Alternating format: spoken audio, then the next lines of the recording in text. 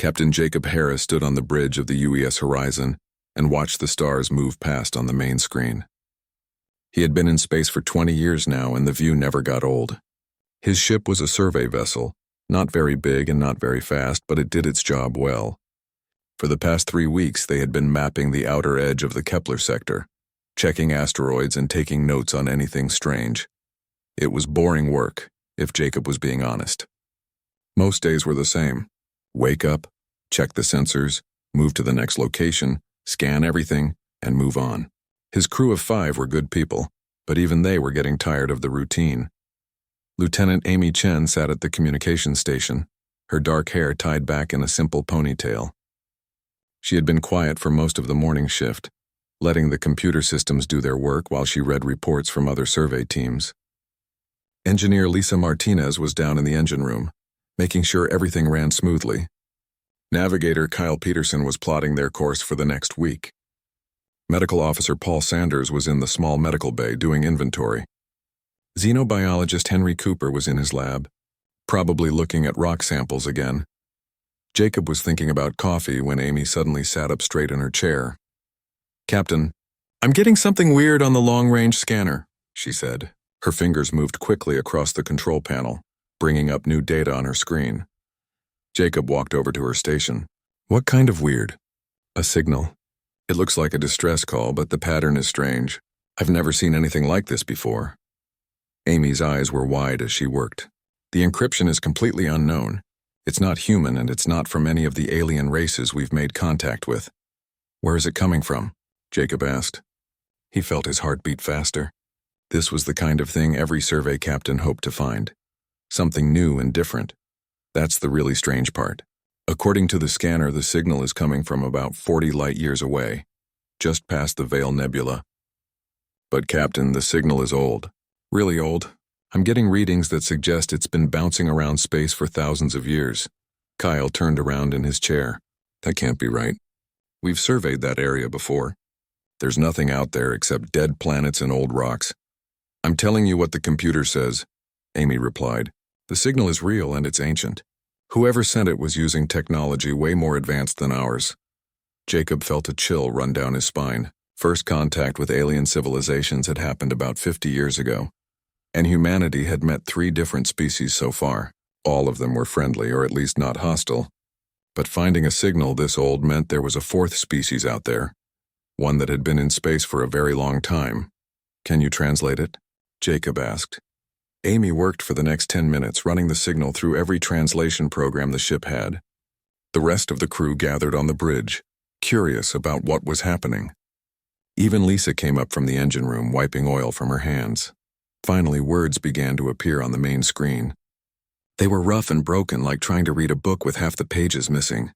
"Warning, trapped, something dangerous. Containment breaking, must not escape. Beyond the veil, humanity, only hope." The bridge went silent.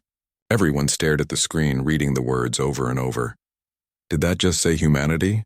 Lisa asked. "How would aliens from thousands of years ago know about us? We barely had fire back then." "I don't know," Jacob said slowly, "but I think we need to find out. Amy, send everything we've found to Earth Command. Let them know what we've discovered." Kyle set a course for the Veil Nebula. "How long will it take us to get there?" "About 6 weeks at maximum speed," Kyle answered. His hands were already working on the navigation computer, entering coordinates. "Do it," Paul spoke up from the back of the bridge. "Captain, are you sure this is a good idea? That message talks about something dangerous. Something trapped. Maybe we should wait for orders from Earth."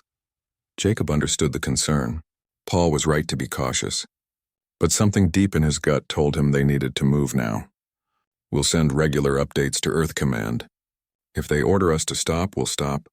But right now, we're the closest ship to that signal. If there's something out there that needs help, we should try." The crew nodded, though Jacob could see the worry on their faces. He felt it too. This wasn't normal survey work anymore. This was something bigger, something that might change everything. As the Horizon's engines powered up and the ship began to move faster, Jacob went back to his chair. He strapped himself in and watched the stars begin to blur on the screen as they entered faster-than-light travel. The ship hummed with energy, pushing through space toward the unknown. Henry came up to the bridge an hour later carrying his data pad. "Captain, I've been thinking about that message." The word humanity stood out to me, so I did some research. There are legends in some of the alien cultures we've met. Stories about a young race that would come from a blue world. They say this race would be important somehow, that they would do something no one else could do. "You think they're talking about us?" Jacob asked. "Maybe. I always thought the stories were just myths, the kind of thing every culture has. But now, with this signal mentioning humanity specifically, I'm not so sure. What if those legends are real? What if someone has been watching us for a very long time?" The thought made Jacob uncomfortable. He didn't like the idea that humanity had been observed without knowing it. But if it was true, it raised important questions. Why watch humanity? What made them special? And what was so dangerous that only humans could help? The journey to the Veil Nebula would take weeks. During that time, the crew would have plenty of chances to worry and wonder. Jacob knew he should try to keep everyone focused on their regular duties, but he also understood that this was all anyone would think about. That night, alone in his quarters, Jacob recorded a personal log. Day 1 of travel to the Veil Nebula. We received a distress signal today, one that mentions humanity by name. I don't know what we're going to find when we get there, but I have a feeling our lives are about to change. Whatever happens, I hope we're ready for it. He turned off the recording and lay down on his bunk. Sleep didn't come easily. His mind kept going back to the message, to the words about something trapped and dangerous. He thought about the warning, about containment failing. Most of all, he thought about why the message had called humanity the only hope. Deep in the cargo bay, something strange was happening.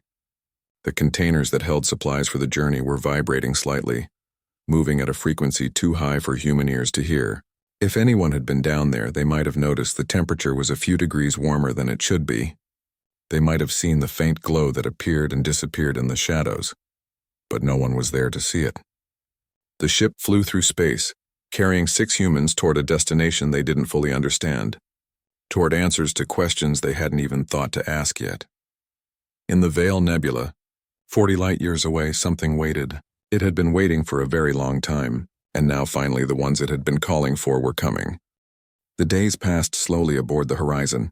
Jacob kept the crew busy with their normal tasks, but everyone knew it was just a way to fill the time. The real work, the real thinking was all about the signal and what they would find when they reached the Veil Nebula. Henry spent most of his time in the laboratory, running tests and reading everything he could find about ancient alien civilizations. Jacob found him there on the 8th day of their journey, hunched over his computer screen with dark circles under his eyes. "You need to sleep." "Henry," Jacob said, setting down a cup of coffee next to the scientist. I will, Henry replied without looking up. "But Captain, I think I've found something important. Every major alien civilization we know about has disappeared. The Antares people, the Sirius Union, the Kepler Alliance, all of them reached a certain point in their development and then just vanished. No wars, no disasters that we can find, they just stopped existing." Jacob pulled up a chair and sat down. "What does that have to do with us?" "That's what I'm trying to figure out. Based on the timeline, these civilizations should have lasted for thousands of years after they disappeared. But they didn't, something stopped them. And Captain, we're at about the same level of development as they were when they vanished. You think whatever got them is coming for us? Maybe, or maybe we're supposed to stop it. That message did say humanity was the only hope." Henry finally looked up from his screen. "I've been thinking about this for days now. What if we're not just another species? What if there's something different about humans? Something that makes us able to do what the others couldn't?" Jacob didn't have an answer for that. The idea was too big, too strange to fully understand. He patted Henry on the shoulder and left the lab, making a mental note to check on the scientist more often. Amy was having strange dreams. She didn't tell anyone at first, thinking it was just stress or too much time in space. But the dreams kept coming night after night, always the same. She would see vast empty spaces between stars, hear voices calling from far away, feel a presence watching her from the darkness. On the 15th day, she finally told Paul about it during a routine medical check. "How long has this been happening?" Paul asked, running a scanner over her head. "Since we picked up the signal. At first I thought I was just worried about what we'd find, but the dreams are getting stronger, more clear. Last night I could almost understand what the voices were saying." Paul frowned at the readings on his scanner. Your brain activity is higher than normal, especially in the areas that deal with intuition and pattern recognition. Let me check the others. Over the next few hours, Paul examined every member of the crew. They all showed the same changes, increased brain activity that shouldn't be there. Even more strange, they were all having similar dreams, though no one had mentioned it to each other. "Captain, we have a problem," Paul said during the evening briefing. "Everyone on this ship is experiencing neurological changes. Our brains are working differently than they were 3 weeks ago." "Is it dangerous?" Jacob asked. "I don't know. The changes aren't harmful so far, but I can't explain why they're happening. It's like our brains are being prepared for something." Lisa had a theory. "What if it's the signal? We've been exposed to it for weeks now. Maybe it's doing something to us, changing us somehow." "That's what I'm worried about," Paul admitted. "If the signal can change our brains without us knowing, what else can it do?" The crew became more cautious after that. They started wearing protective gear when working with any equipment that might be receiving the signal. But deep down, they all knew it was probably too late. Whatever was happening to them had already begun. On the 23rd day, Kyle noticed something odd with the navigation system. "Captain, the stars aren't where they should be. I mean, they are. But the computer is having trouble plotting our position. It's like space itself is slightly different in this region." They were still 2 weeks away from the Veil Nebula, but already things were getting strange. Jacob ordered the ship to slow down and proceed with caution. The next morning, Amy picked up something new on the sensors. "Captain, I'm detecting an energy field ahead. It's massive, spreading out across several light years. I've never seen anything like it. Can we go around it?" Jacob asked. "We could, but it would add weeks to our journey. And Captain, the signal is coming from inside that field. If we want answers, we have to go through." Jacob made the decision quickly. "Take us in. Everyone stay alert." The horizon entered the energy field, and immediately the sensors went crazy. Numbers that made no sense filled the screens. Amy struggled to make sense of the data, but it was like trying to read a language that didn't follow any rules. "I'm getting readings for negative mass," she said, confusion clear in her voice. "That's impossible, and the gravity here is doing things it shouldn't. Captain, I think the laws of physics are different in this field." Henry came running onto the bridge. "Captain, you need to see this." He pulled up an image on the main screen. It showed the space ahead of them, but instead of the normal black with stars, there were colors that shouldn't exist. Purple and red gases swirled together, shot through with lines of silver light that pulsed like a heartbeat. "That's the Veil Nebula," Kyle said quietly, "but it didn't look like that on any of our maps." "Because it's changed," Henry replied. "Or we're seeing it differently, or both. I don't know anymore." They flew deeper into the nebula, and reality started to bend around them. Time seemed to move strangely. Sometimes an hour would pass in what felt like minutes. Other times a minute would stretch out like an hour. The crew felt it, but couldn't explain it. Paul reported more changes in everyone's biology. "Our bodies are adapting to this environment. Heart rates are elevated, but we're not stressed. Neural activity is off the charts. It's like our brains are operating at a level they were never designed for." "Should we turn back?" Jacob asked. "I don't think it would help. Whatever is happening to us is already done. We might as well see this through." On the 38th day, they reached the center of the nebula. What they found there made everyone stop and stare in silence. Hanging in the middle of the swirling gases was a structure that defied description. It was huge, bigger than a moon, but it seemed to exist in more than 3 dimensions. Sometimes it looked solid, like metal and crystal. Other times it appeared to be made of pure light or energy. The geometry was wrong. Angles that shouldn't connect did connect. Surfaces that should have been flat curved in impossible ways. "What is that?" Lisa whispered. Before anyone could answer, the distress signal changed. It was no longer just data on a screen. It was in their heads, speaking directly to their minds without using words. "We are the keepers," the voice said. It wasn't male or female, young or old. It was simply there, speaking to something deep inside them that understood even when their conscious minds didn't. "We are the last of those who came before. We have waited through ages beyond counting for you to arrive." Jacob tried to speak out loud, but found he could also think his response and be heard. "Why did you call us? What do you want from humanity?" "We called you because you are the children of the first. Because your species carries within it the key to our prison. Because only humanity can break the chains that bind the devourer." "What's the devourer?" Amy thought, fear creeping into her mental voice. "Wait and see," the keepers replied. "We will show you everything." You must understand before you choose. The main screen flickered and changed. Suddenly, they weren't looking at the structure anymore. They were seeing something else, something that had happened millions of years ago. The vision showed a galaxy full of life. Thousands of different species, millions of worlds, all reaching for the stars and building wonderful things. The crew of the Horizon watched in awe as civilizations rose and created beauty beyond imagination. Then something appeared at the edge of the galaxy. It was dark, so dark it made the empty space around it look bright. It moved slowly at first, then faster, consuming everything in its path. The Devourer, the keepers said. It came from beyond, from the space between galaxies where nothing should exist. It feeds on life, on energy, on existence itself. We tried to fight it. We gathered every species, every weapon, every bit of knowledge we had. We fought for 10,000 years. And we lost. The vision showed battles on a scale that made human wars look like children fighting. Entire star systems were turned into weapons. Planets were moved like game pieces. Reality itself was bent and twisted in the attempt to stop the Devourer. But nothing worked. One by one, the civilizations fell. Worlds went silent. Stars were drained of their energy and died. The galaxy was being eaten alive. We were the last, the keepers continued, and even we could not destroy it. So we did the only thing we could. We built a prison outside of normal space and lured the Devourer inside. We sealed it away, but the cost was terrible. We had to bind ourselves to the prison. Our existence became the lock. For 3 million years we have held it contained, but we are fading. The prison weakens. Soon it will fail. Jacob felt sick. And when it fails, the Devourer will be free again. And this time there will be no one to stop it. The galaxy will die. The crew looked at each other, horror written on every face. They had come looking for answers, and they had found them.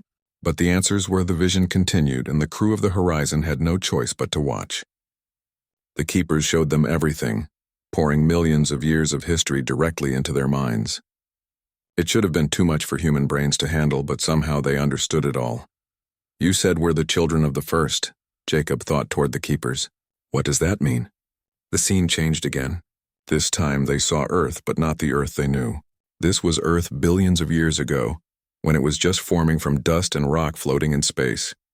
They watched as the planet cooled, as water collected in great oceans, as the first simple life began in those ancient seas. But there was something else there, something invisible, woven into everything. It looked like light, but it wasn't light. It was more like a pattern, a code written into the very fabric of the planet. Before we created the prison, we knew we would not last forever, the keepers explained. So we made a plan. We found worlds across the galaxy that might develop intelligent life, and we planted seeds in them. Not physical seeds, but genetic ones. Patterns that would become part of evolution itself. You created us? Henry asked, his scientific mind struggling with the implications. No. We merely added a variable to an equation that was already running. Evolution is a natural process. We didn't control it. We just introduced something that might possibly in billions of years result in a species that carried the genetic key we needed. Most worlds failed. Life never developed, or it died out, or it evolved in ways incompatible with our design. But Earth succeeded. Against incredible odds, humanity emerged bearing the exact genetic sequence we planted 4 billion years ago. Amy felt her hand shaking. So our entire existence, everything we are, it's all because you needed a key? Your existence is your own, the keepers replied. And for the first time, the crew heard something like emotion in that voice. We planted a seed, nothing more. Everything else, your art, your music, your love, your wars, your triumphs and failures, all of that is purely human. The genetic key is just a tiny part of your DNA, no different from the millions of other sequences that make you what you are, but it is the part that can save the galaxy. Paul spoke up, his medical training making him focus on the details. What exactly does this genetic key do? The keepers showed them. The vision changed to show a human cell, then zoomed in deeper and deeper, until they could see the DNA itself. There, hidden among billions of other genetic codes, was a sequence that pulsed with faint light. This sequence resonates at a specific frequency, the keepers explained. It is the only thing in the universe that can unlock the prison from the outside. When activated, it will open the seal and weaken the Devourer's power for a brief moment. Wait, Lisa said. You want us to let this thing out? The same thing that destroyed your entire civilization? The prison is already failing. In 7 solar cycles, approximately 1 week by your measurement, The containment will break on its own. The devourer will emerge at full strength, and there will be nothing to stop it. But if you open the prison willingly, using the genetic key, the process will be controlled. The devourer will be weakened during the transition. And then what? Jacob asked. We're just supposed to fight something that beat you? You had millions of years of advancement over us. What chance do we have? The genetic key is more than just a lock, the keepers said. It is also a catalyst. When activated, it will trigger a transformation in human consciousness. You will evolve beyond your current limitations. You will gain abilities that have been dormant in your species since the beginning. You will have the power to face the devourer as equals. The crew was silent for a long moment, trying to process everything they had learned. Finally, Kyle spoke, his voice quiet. What happens if we say no? What if we refuse to open the prison? Then the prison breaks on its own in 7 days. The devourer emerges at full power. It consumes Earth first, since that is where most humans are located. Then it spreads through the galaxy, feeding on every world it finds. Within a year, all intelligent life will be extinct. Within 10 years, every star in the galaxy will be dead.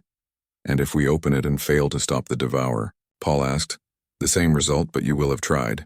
You will have given your species a chance. Jacob felt the weight of the decision pressing down on him. Why didn't you tell anyone about this before? You sent that signal 2,000 years ago.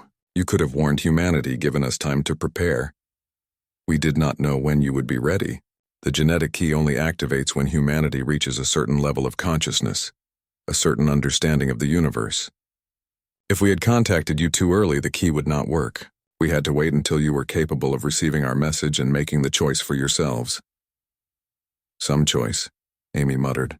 Open the prison and maybe die, or don't open it and definitely die. Yes, the keepers agreed. It is not fair. Nothing about this is fair, but it is the reality we face.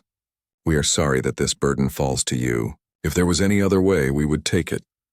Henry had been quiet, thinking hard. Now he asked a question that made everyone uncomfortable. If we activate the genetic key and go through this transformation, will we still be human? Will we still be ourselves? You will be more than you are now, but you will not lose what makes you human. Think of it as growing up.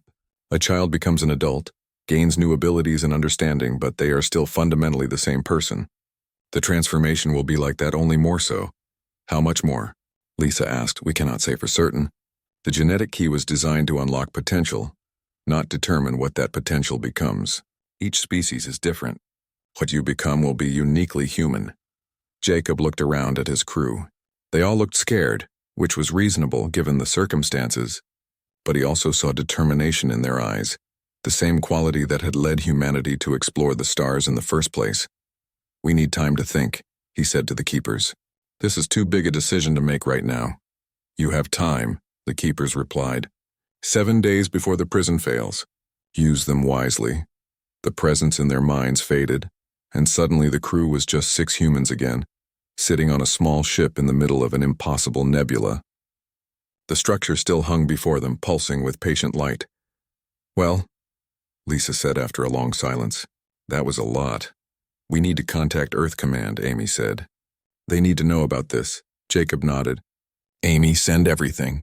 All the data, all the recordings, everything the keepers showed us. Let them see what we've seen. While Amy worked on the transmission, the others gathered in the common area. No one felt like being alone. They sat together, drinking coffee and trying to come to terms with what they had learned. Do you believe them? Kyle asked. I mean, really believe them? What if this is all a lie? What if they're the ones who destroyed all those civilizations and now they're trying to trick us into letting them out? I thought about that, Henry said. But it doesn't make sense. If they wanted to escape, they've had 3 million years to find another way. Why wait for humanity? We only picked up their signal by chance. Maybe that's part of their plan, Kyle argued. Maybe they knew we'd come eventually. Paul shook his head. They could have taken control of our minds already if they wanted to. We're close enough to their structure. They've been in our heads. Instead, they're asking for our help. That has to mean something. Or they need our consent for the genetic key to work, Lisa pointed out. Maybe they can't just force it. Jacob listened to them debate, understanding all of their concerns. He had the same doubts himself. But there was one thing that kept coming back to him, the look in his crew's eyes when they saw the vision of the devourer. The fear was real. The threat was real. 3 hours later, Amy received a response from Earth Command. Jacob read it alone in his quarters, his heart sinking with every word. The message was clear and direct. Earth Command did not believe the Keeper's story. They thought it was too convenient, too perfect a trap. The crew was ordered to return to Earth immediately for debriefing and medical evaluation. Under no circumstances were they to cooperate with the alien entity. Jacob called a meeting in the common area. He showed them the message and watched their reactions. "They think we're crazy," Amy said quietly. "Or compromised," Henry added. "They probably think the Keepers have brainwashed us." "Can we blame them?" Lisa asked. "If someone else told us this story, would we believe it?" "I don't know," Jacob admitted. "But we're here. We've seen it with our own eyes. We have to make a choice based on what we know, not what Earth Command thinks they know." Kyle stood up and started pacing. "If we follow orders and go back to Earth, what happens? They'll quarantine us, study us, maybe lock us up while they decide what to do. And in 7 days, the prison breaks anyway. If we stay and open the prison, we might doom humanity," Paul said. "We could be making the worst mistake in history. Or we could be saving everyone," Amy countered. "We can't know for sure either way." Jacob looked at each of them in turn. "I'm not going to order anyone to stay. This is too big for that. If anyone wants to leave, take a shuttle and head back to Earth. I won't think less of you. But I'm staying. I'm going to see this through." No one moved. After a moment, Henry spoke. The next 3 days were the longest of Jacob's life. The crew went through their decision again and again, looking at it from every angle, trying to find a flaw in their reasoning. They ran simulations, studied the data, and argued late into the night. But every path led to the same conclusion. The prison was going to break.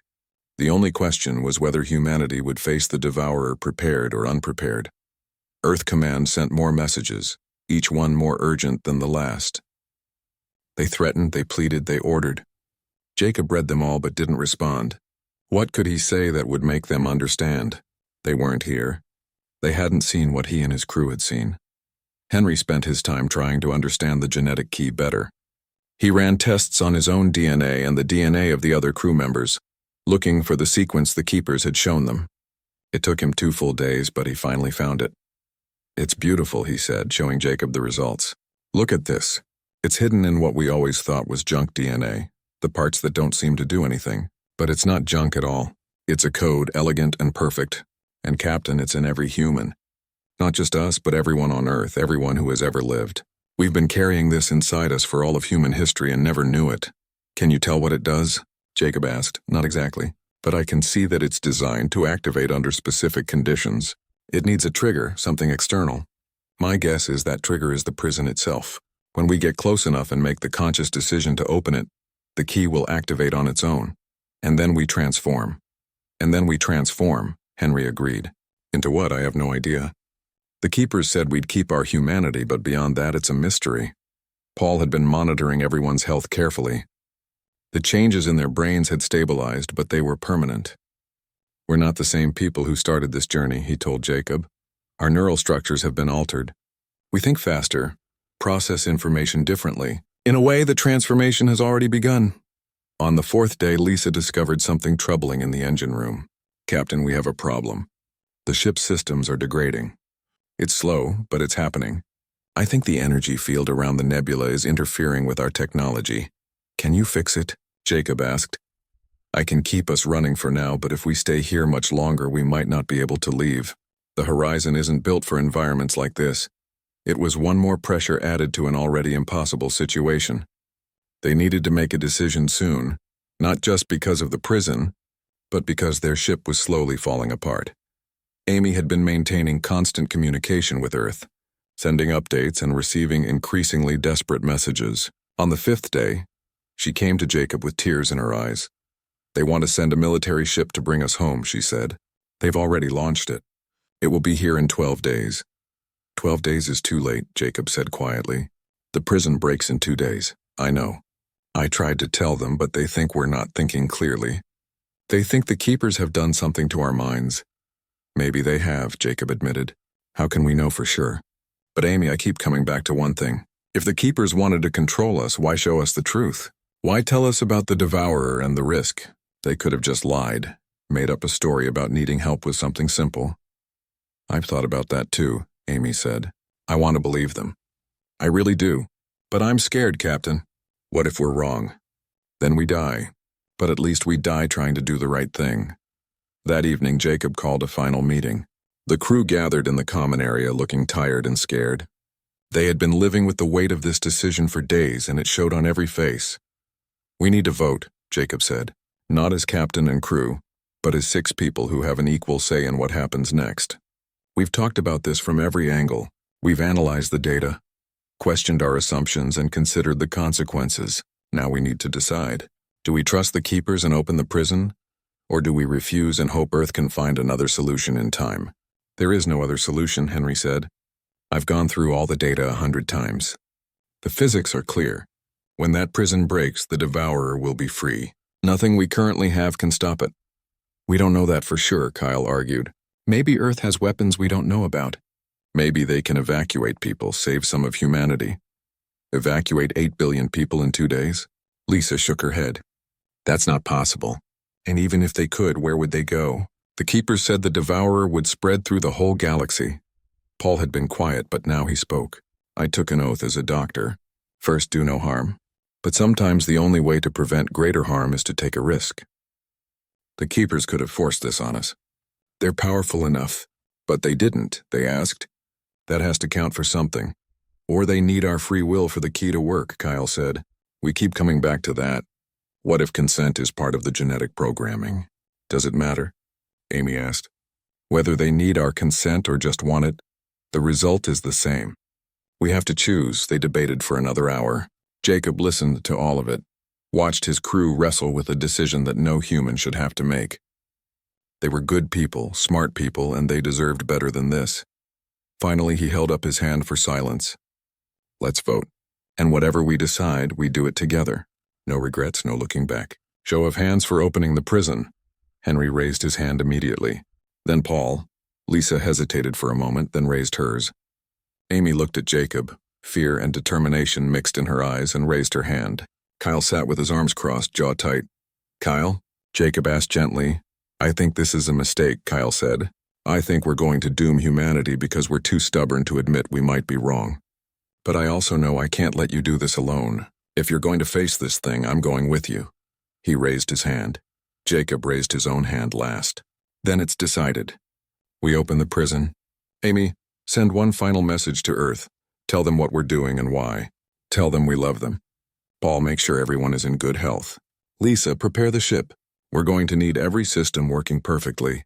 Henry, get ready to document everything. Kyle, plot a course to take us as close to that structure as we can safely get. And you, Captain? Henry asked. I'm going to figure out how to explain this to 8 billion people who have no idea their entire existence is about to change. The crew dispersed to their tasks. Jacob sat alone in the common area, staring at the wall and thinking about what they were about to do. In less than 48 hours, they would open a prison that had held for 3 million years. They would release a force that had destroyed countless civilizations. And they would trust that a transformation they didn't understand would give them the power to succeed where others had failed. It was insane. It was terrifying. It was the most human thing he could imagine. That night, Jacob didn't sleep. He recorded messages for his family back on Earth, trying to explain what he was about to do and why. The words came hard. How do you tell your mother you might save the world or end it? How do you tell your brother you're sorry if this goes wrong? In the end, he kept it simple. I love you all. I'm doing what I think is right. I hope you'll understand. The 6th day dawned, though dawn was a meaningless concept in space. The crew gathered on the bridge, each of them having spent the night in their own way. Some had slept, some hadn't.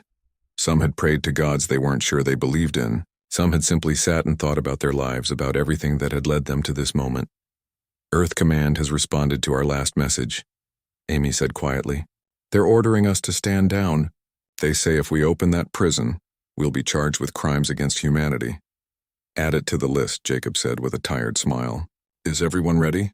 They nodded one by one. Then let's do this. Kyle, take us in. The horizon moved forward, approaching the impossible structure. As they got closer, they could feel the Keeper's presence growing stronger in their minds. You have chosen, the voice said. We thank you. We are sorry. We hope you will forgive us for the burden we have placed upon you.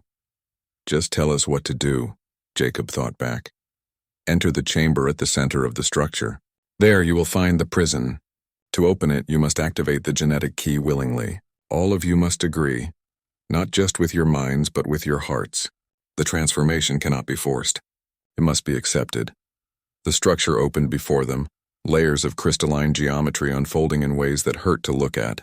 The horizon flew through passages that existed in more than 3 dimensions, spaces where up and down had no meaning, and time flowed in multiple directions at once. Finally, they reached the center. The view screen showed a chamber vast beyond comprehension, and floating in the middle of it was a sphere of perfect darkness. It was so dark it seemed to consume light itself, so dark that looking at it made their eyes hurt. The prison, the keeper said, and inside the devourer. Jacob could feel it now, something ancient and hungry pressing against the barrier. It knew they were there. It was waiting.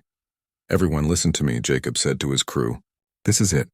Once we do this, there's no going back. The genetic key will activate, and we'll transform into whatever we're meant to become. If anyone wants to back out, now is the time. The change was instant and complete. Jacob felt his consciousness explode outward, expanding beyond the confines of his skull and reaching across impossible distances. He could feel Amy beside him, her thoughts mixing with his, but still distinctly her own. He felt Henry's curiosity, Lisa's determination, Paul's compassion, Kyle's caution. They were separate but connected, individuals and collective at the same time. But it didn't stop there. The connection rippled outward from the horizon like waves across still water, moving faster than light, touching every human in the galaxy. On Earth, 8 billion people suddenly gasped in unison. They felt each other's presence, a vast network of consciousness that linked them all together. A mother in Tokyo felt her son on Mars. A scientist in London connected with her colleague on a station orbiting Jupiter. Every human everywhere became aware of every other human. The transformation wasn't just mental. Jacob could feel his body changing too, becoming more than flesh and bone. Energy flowed through him in ways that should have been impossible. He could see things he had never seen before, dimensions beyond the normal 3, patterns in reality that had always been there but invisible to human eyes. We are one, Amy thought, and 8 billion voices echoed the sentiment. The prison opened, the sphere of darkness cracked like an egg, and the devourer emerged. Jacob finally saw it clearly, and the sight nearly broke his mind. It was vast beyond measure, hungry beyond comprehension. It was the heat death of the universe given form, entropy made conscious and malevolent. It had been trapped for 3 million years, and its rage was like a physical force.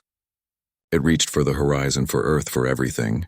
It wanted to consume, to end, to reduce all of existence to cold nothingness. But humanity reached back. 8 billion minds, linked together and enhanced by the transformation, created a barrier of pure thought and will. The devourer crashed against it like a wave against a cliff, trying to find weakness, trying to break through. It couldn't, because humanity had something the devourer had never encountered before. They had spent their entire existence fighting against entropy, struggling to create meaning in an indifferent universe. Every human who had ever lived had added to a collective strength, a refusal to give in to the inevitable darkness. Every parent who had worked long hours to feed their children. Every artist who had created beauty knowing it would fade. Every scientist who had sought truth despite knowing they would die before finding all the answers. Every person who had loved, knowing that love would someday end. All of that struggle, all of that defiance against the natural order, had built something inside humanity, a core of pure stubbornness that refused to accept the easy path of simply giving up. The devourer pushed harder. It showed them visions of worlds dying, civilizations crumbling, stars going cold. It whispered that resistance was pointless, that the end was inevitable, that they should just accept their fate and make the suffering shorter. Jacob felt the temptation. Part of him wanted to believe it, wanted to stop fighting and let the darkness take him. It would be so easy, so peaceful. Then he felt Amy's presence beside him, strong and certain. He felt his crew, his family holding firm. He felt billions of humans across the galaxy, all of them standing together, all of them refusing to bow. No, Jacob thought, and the word echoed through 8 billion minds. We don't accept this. We don't surrender. We make our own meaning. We create our own light in the darkness. That's what it means to be human. The battle existed outside of normal time. Seconds stretched into years. Years compressed into moments. The Devourer threw everything it had at humanity's defense, trying every trick it had learned from consuming 1,000 galaxies. But humanity had something the Devourer couldn't understand. They had hope. Not the naive hope that everything would be fine, but the stubborn hope that said even when things look impossible, you keep trying anyway. The hope that said even if you fail, the struggle itself has meaning. Jacob began to understand what the Keepers had meant about transformation. He wasn't just Jacob Harris anymore. He was still himself, still had his memories and personality, but he was also connected to something greater. He could draw on the strength of every human alive, and they could draw on his. They were like cells in a vast organism, individual but working together toward a common purpose. And that's when he realized something important. The Devourer wasn't their enemy. It was trapped, just like the Keepers had been. It was a force of nature, hunger without purpose, destruction without meaning. It couldn't help what it was. We don't have to destroy it, Jacob thought. The idea spread through the collective consciousness, reaching billions of minds in an instant. We can change it.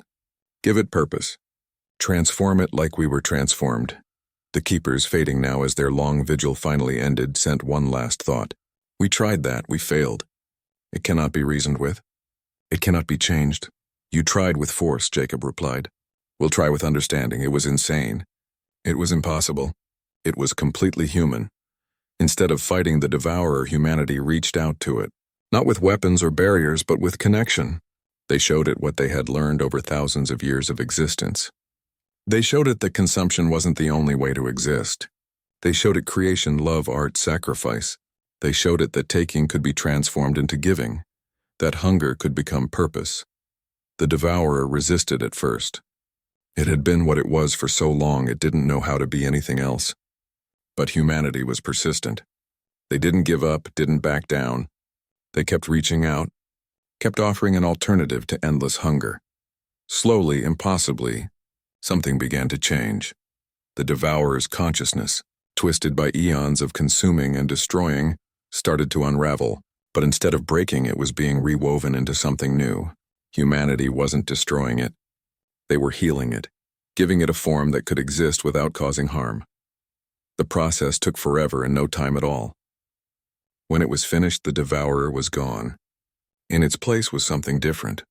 It still had power, still had vast energy at its command, but now that power had direction, purpose. Instead of consuming life, it would spread it. Instead of ending civilizations, it would help them grow. The transformed entity scattered itself across the galaxy, seeding dead worlds with the potential for new life, energizing dying stars, creating the conditions for civilizations yet to be born. It was still driven by hunger, but now it hungered for creation instead of destruction. The Keepers' presence faded entirely, their voices filled with something that might have been joy. You did what we could not. You broke the cycle. Thank you. We can finally rest. Thank you for waiting for us, Jacob thought back. Thank you for believing in us. We always did. From the moment we planted that first seed, we believed that if any species could succeed, it would be humanity. You proved us right. And then they were gone, dissolved into the quantum foam of reality, finally free after 3 million years of service. The crew of the Horizon found themselves back in normal space. The impossible structure was gone. The Veil Nebula had transformed into a region of space that sparkled with new potential. No longer a barrier, but a garden waiting to bloom. They looked at each other with new eyes. They were still themselves, still the 6 people who had started this journey weeks ago. But they were also more. They could still feel the connection to every other human, though it was quieter now, less overwhelming. Like a radio they could tune in or out as needed. What do we do now?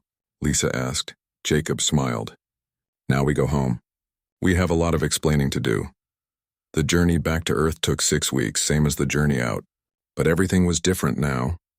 Humanity had changed, not just the crew of the Horizon, but everyone. People discovered they could sense each other's emotions if they concentrated. They found they could solve problems faster when working together, drawing on a shared pool of knowledge and intuition. Nothing dramatic, Nothing that broke the laws of physics, but enough to make a real difference. Some people were scared at first. Change always brings fear, but most adapted quickly. They realized the transformation hadn't taken anything away. They were still individuals with free will and private thoughts. They just had a new ability to connect when they chose to. When the horizon finally reached Earth, they were met with a mixture of celebration and suspicion. Earth Command wanted answers. Scientists wanted to study them.